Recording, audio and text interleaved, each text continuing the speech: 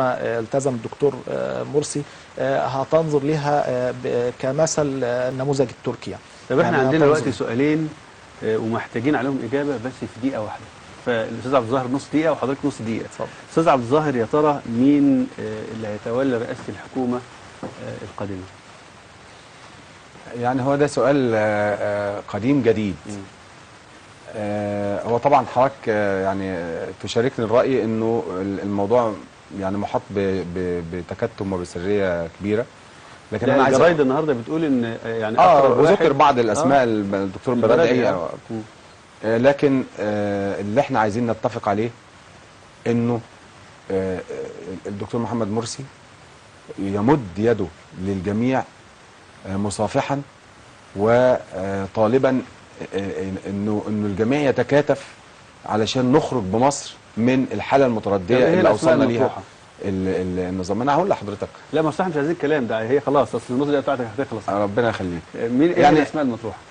يعني مش عايزين نستبق الاحداث، احنا خلينا طيب الاستاذ محمد سريعا، يا ترى المجلس العسكري هيسلم السلطه؟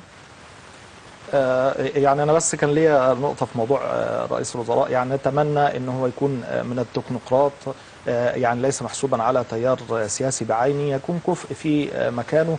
أنا شخصيا أرى يعني إيه البعد تماما. أعتبر أن دخول البرادعي لرئاسة الوزراء يعني خطأ كبير، لان انا مش عايز حد من التيار الاسلامي، وفي نفس الوقت مش عايز واحد متخاصم مع التيار الاسلامي. يعني هو في يعني تخاصم في الهويه. انا عايز حد من التكنوقراط بعيد عن التيارات السياسيه. المجلس العسكري سلم السلطه؟ المجلس العسكري يعني صعب جدا. بيقول لك ايه، لما حد بيخش الجنه بيبقى صعب يطلع منها.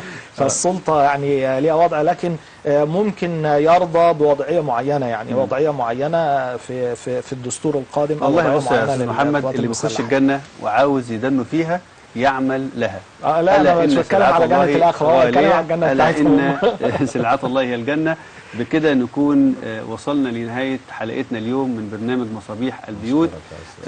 لا يسعنا الا ان نتقدم بخالص الشكر والتقدير للاستاذ عبد الظاهر مفيد احمد، عضو أمانة الحرية والعدالة بالقاهرة. شكرا ليك يا أستاذ عبد الظاهر. كما نتوجه بخالص الشكر والتقدير للأستاذ محمد حسان حماد، مدير المكتب الإعلامي للجماعة الإسلامية. شكرا ليك يا أستاذ محمد.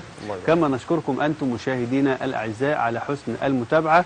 إن شاء الله موعدنا يوم الثلاث القادم من 9:30 صباحا.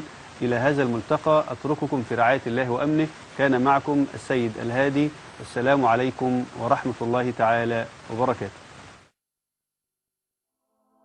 بيت تعانقه الزهور، هو بيتنا بنيانه صلب جسور، هو بيتنا فيه المحبة والرضا، فيه المحبة والرضا، في كل ناحية تدور، هو بيتنا قد فاض من قرآنه نورا على سكانه، ويشع من عمدانه حبا ودفئا للصدور.